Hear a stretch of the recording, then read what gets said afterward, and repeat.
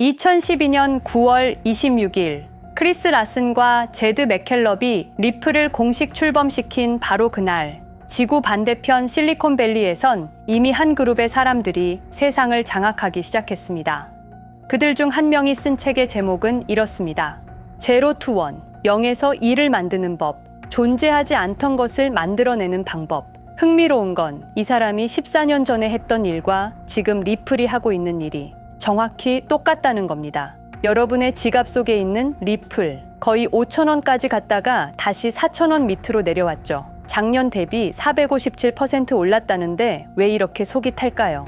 비트코인은 지금 최고가 경신하고 이더리움은 상승 중인데 왜 리플만 이 모양일까? 혹시 이런 생각 해보신 적 있으실까요?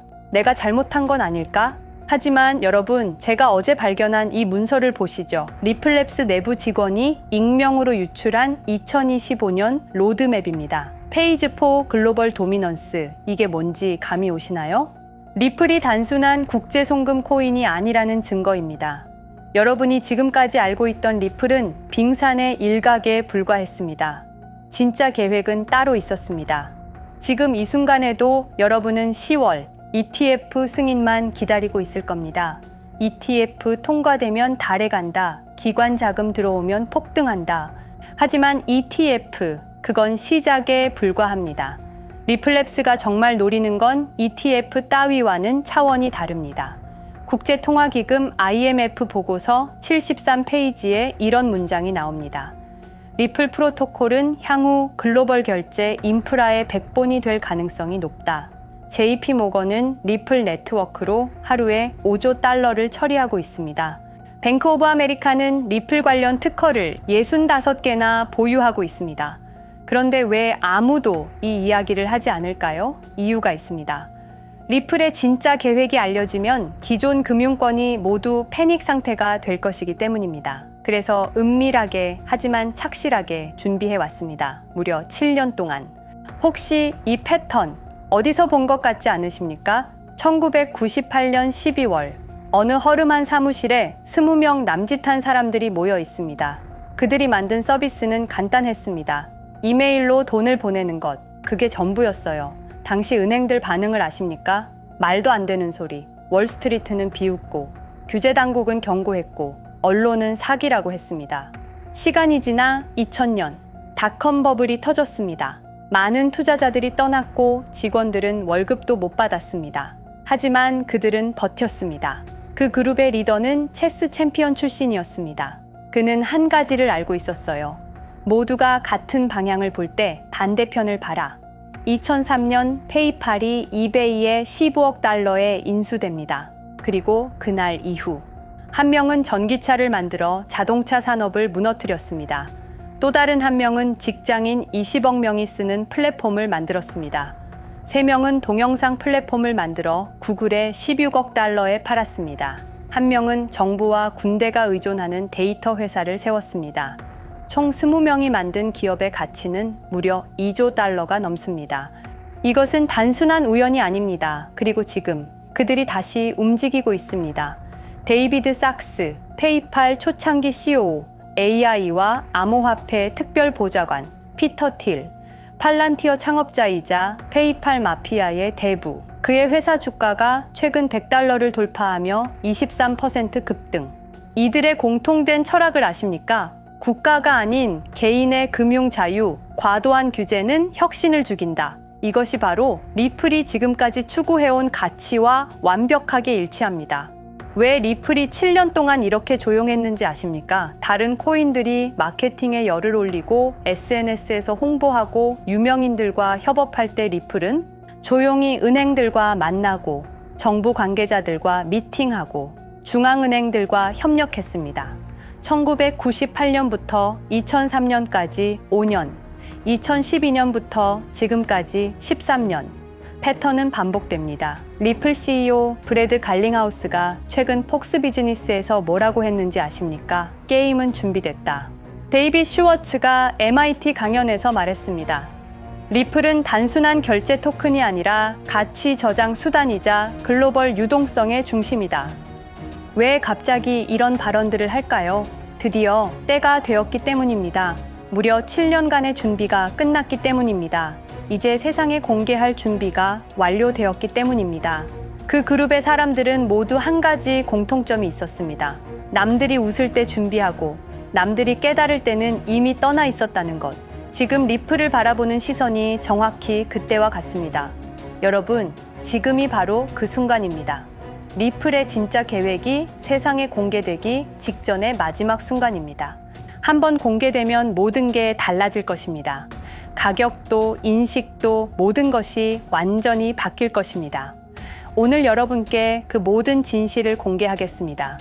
리플의 진짜 계획이 무엇인지, 왜 지금이 역사상 가장 중요한 순간인지, 그리고 앞으로 벌어질 일들이 얼마나 충격적인지. 체스에서는 이런 말이 있습니다. 최고의 수는 아무도 보지 못하는 수다. 지금 여러분이 들고 있는 리플, 혹시 그런 수가 아닐까요? 자, 준비되셨습니까? 2020년 12월 22일 오후, 우리가 투자했던 리플이 하루아침에 반토막이 났습니다. 당시 리플은 63% 급락했습니다. 마치 은퇴 자금이 하루아침에 반토막 나는 것과 같은 생존 본능을 자극하는 충격이었습니다. 그때 리플에 투자하셨던 분들이라면 누구나 기억하실 겁니다.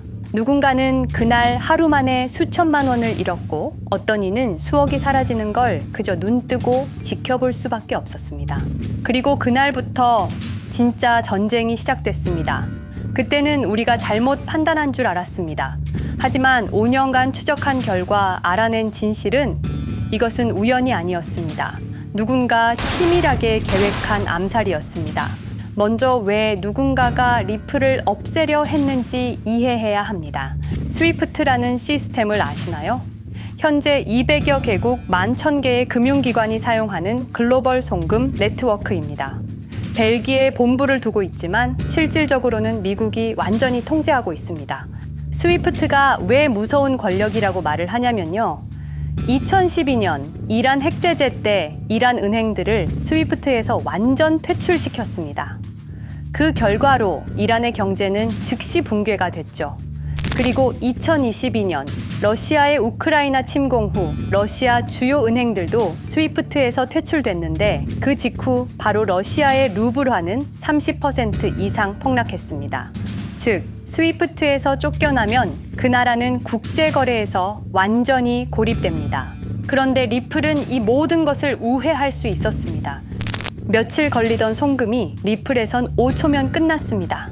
기존엔 몇만 원씩 들던 수수료가 1원도 안 들었습니다. 거기다가 중개은행까지 불필요했습니다. 그리하여 2017년 리플의 위력이 증명되었습니다.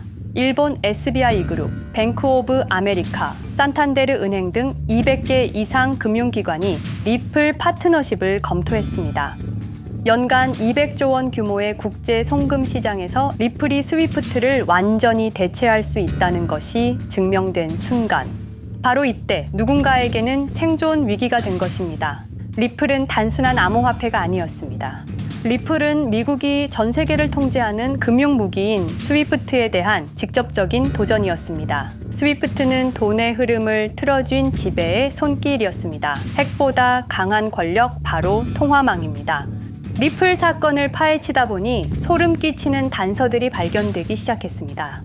첫 번째 단서, 완벽한 타이밍의 미스터리. 2020년 12월 22일의 타이밍을 분석해 보겠습니다. 12월 22일 오후 9시 30분, SEC 의장 제이 클레이튼은 임기 마지막 12시간을 남기고 전격적으로 리플에 대한 기소를 발표합니다.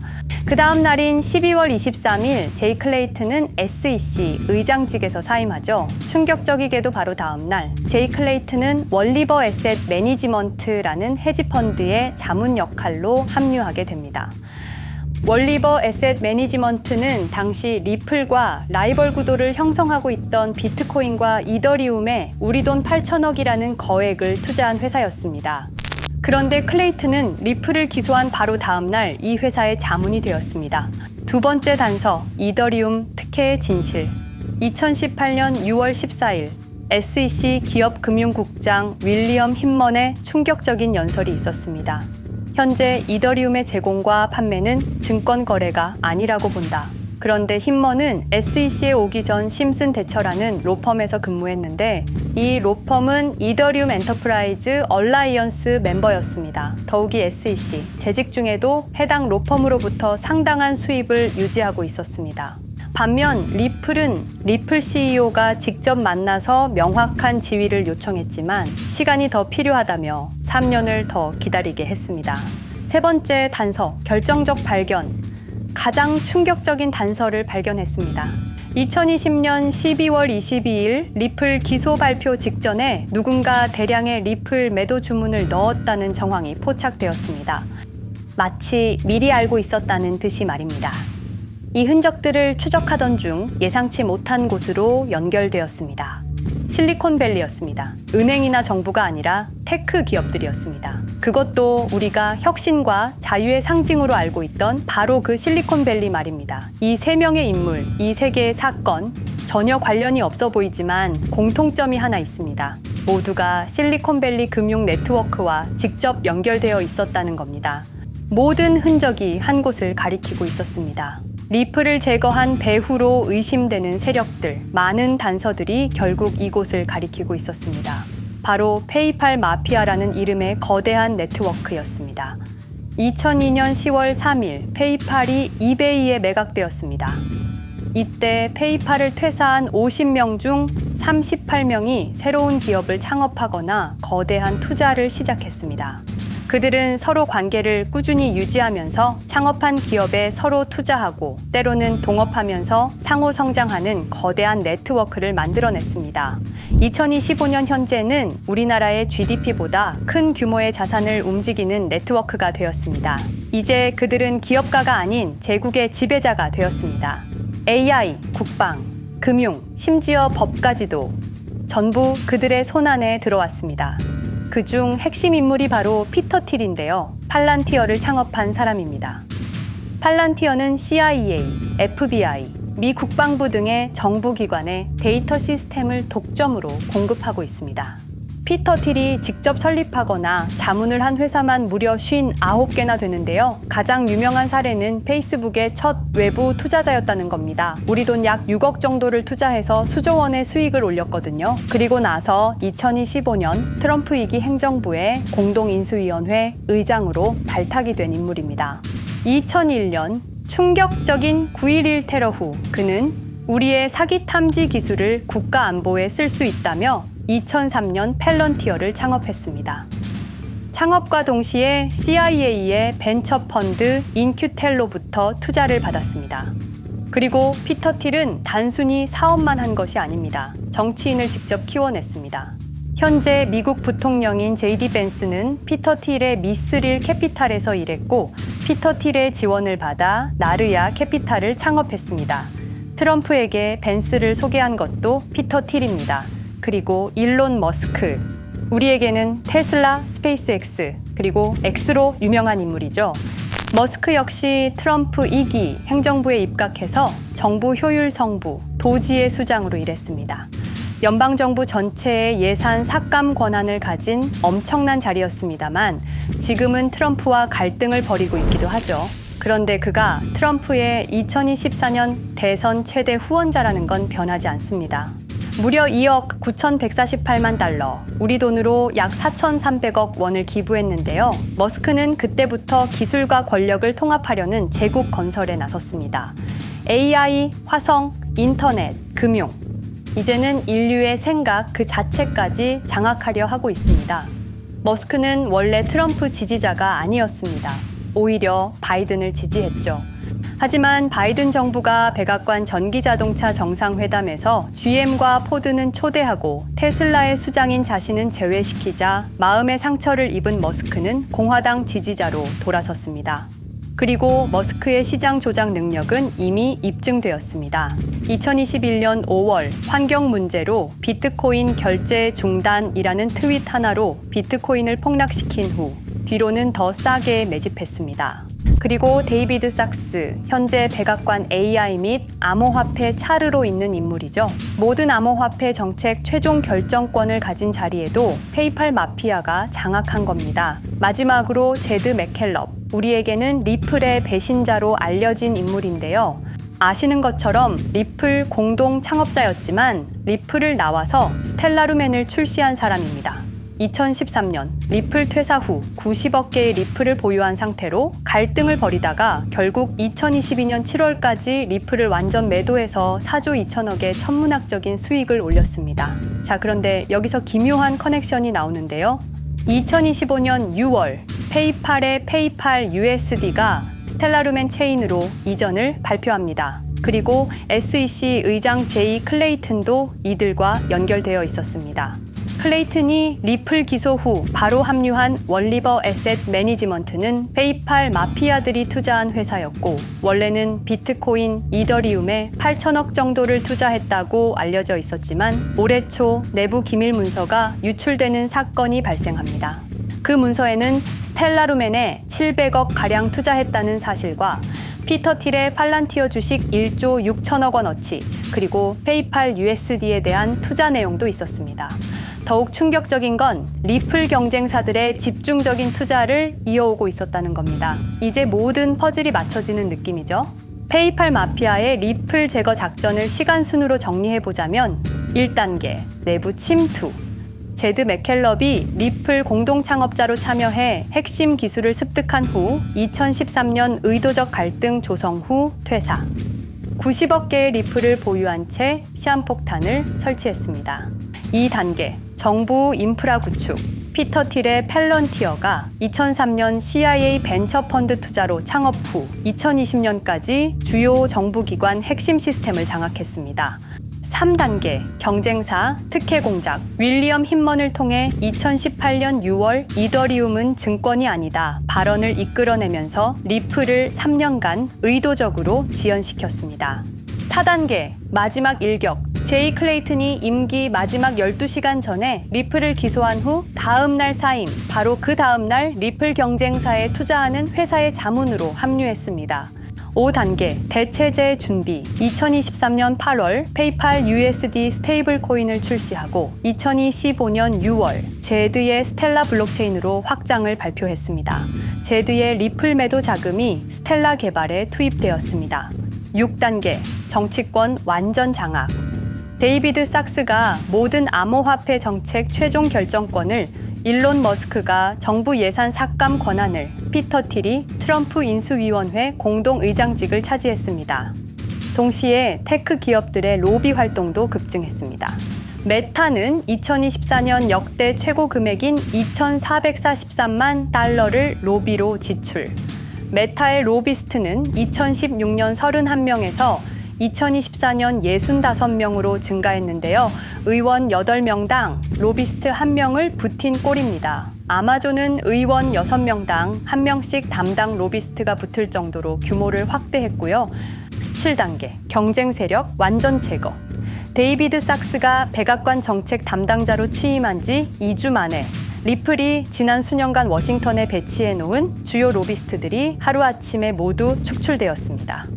공식적인 이유는 이해관계 충돌이었지만 실제로는 경쟁 세력 제거 작전이었습니다. 이로써 리플을 대변할 수 있는 마지막 정치적 통로마저 완전히 차단되었습니다.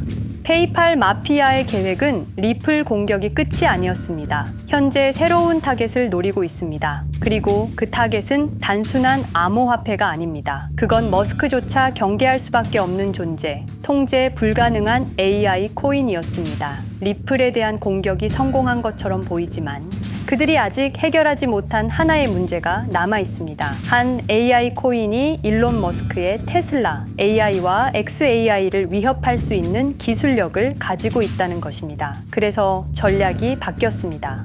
죽일 수 없으면 소유하자. 머스크가 이 코인을 경계하는 증거들이 몇 가지 있는데요. 지난 6개월간 머스크의 행동 변화가 포착되었습니다. XAI에 대한 급격한 추가 투자 발표가 이어졌고 테슬라 AI 개발 속도를 급격히 가속화시키고 있습니다. 그리고 특정 AI 기술에 대한 부정적 언급이 증가하고 있는데요. 이 AI 코인은 현재 진짜 AGI 구현이 가능한 탈중앙화 AI 네트워크를 구축하고 있고 초당 수십억 단위의 연산을 처리할 수 있는 진짜 분산형 뉴럴 네트워크 기반입니다. 수백만 개의 노드가 연결된 분산 뉴럴 네트워크, 테슬라도 메타도 이 기술만큼은 아직 구현하지 못했습니다. 현재 기술로는 단 하나뿐입니다. 그러나 시가총액은 테슬라의 500분의 1 수준으로 그들이 매집을 멈추지 않는 이유입니다. 2025년 초, 이 코인의 공식 계정이 X 플랫폼에서 노출 차단된 정황이 포착됐습니다. 광고 계정도 중지됐고 해당 코인에 대한 설명 영상들도 순식간에 사라졌습니다. 이유는 머스크의 경쟁이 될 수 있는 유일한 AI였기 때문입니다. AI는 이제 권력을 쥐는 자가 인류의 사고를 설계할 수 있는 시대의 열쇠입니다. 머스크가 이 코인을 완전히 소유하게 되면 그의 AI 제국은 완성될지도 모르겠습니다. 하지만 문제가 있습니다. 그들은 이 AI 코인을 죽이지 않았습니다. 그 대신 가격을 철저히 짓눌렀습니다. 검색에서는 사라졌고 알고리즘은 배제했습니다. 누군가는 관심 없는 프로젝트라고 말합니다. 하지만 진실은 정반대입니다. 지금도 머스크와 페이팔 마피아의 자금이 그 코인으로 조용히 흘러 들어가고 있습니다. 가격이 낮은 건 무가치해서가 아니라 그들이 싸게 사고 있기 때문입니다. 그런데 이 AI 코인의 정체를 여기 유튜브에서 공개하려 했지만 치명적인 문제를 발견했습니다. 2005년 페이팔의 웹 디자이너와 개발자들이 동영상 공유 서비스를 만들었는데 그게 바로 지금 여러분이 보고 계시는 유튜브입니다. 체드 헐리, 스티브 첸, 자베드 카림, 유튜브 창립자들도 모두 페이팔 출신입니다. 게다가 일론 머스크는 현재 X를 소유하고 있습니다. 이러한 플랫폼들에서 그들의 AI 제국을 방해하는 정보를 공개하면 검열당할 위험이 있습니다. 그런데 제가 이 코인의 정체를 세상에 폭로한 게 이번이 처음이 아닙니다. 어떤 이유에선지 그 영상은 삭제되었고 이후 채널도 더는 운영할 수 없게 되었습니다. 커뮤니티 가이드라인을 위반한 적은 없었지만 불편한 진실이 다뤄질 때마다 이런 일이 반복됐습니다. 이건 단지 투자 종목 하나를 공유하는 문제가 아닙니다. 이건 우리가 감시와 통제에 맞서 싸울 수 있는 유일한 기회입니다. 영상의 댓글란에 저항이라고 두 글자를 남겨주시고 010-5528-2156 이 번호로 저항 두 글자만 문자로 보내주세요. 그럼 당신은 지금 머스크가 검열하고 페이팔 마피아가 조용히 매집 중인 그 AI 코인의 정체를 가장 먼저 알게 될 것입니다. 우리는 지금 역사의 분수령을 지나고 있습니다. 진정한 탈중앙화 금융이 실현될 뻔했지만 페이팔 마피아의 방해로 더 강력하고 교묘한 지배자들이 통제하는 세상이 오고 있습니다. 페이팔 마피아가 완성하려는 새로운 세계는 팔란티어를 통해 모든 거래를 실시간으로 감시하고 페이팔의 페이팔 USD를 통해 정부 마음대로 계좌를 동결시킬 수도 있고 차세대 스위프트를 통해 우리의 거래를 통제하고 AI 기술 독점을 통해 인류의 사고방식마저 장악하려는 겁니다. 하지만 완전히 포기하기엔 너무 이릅니다.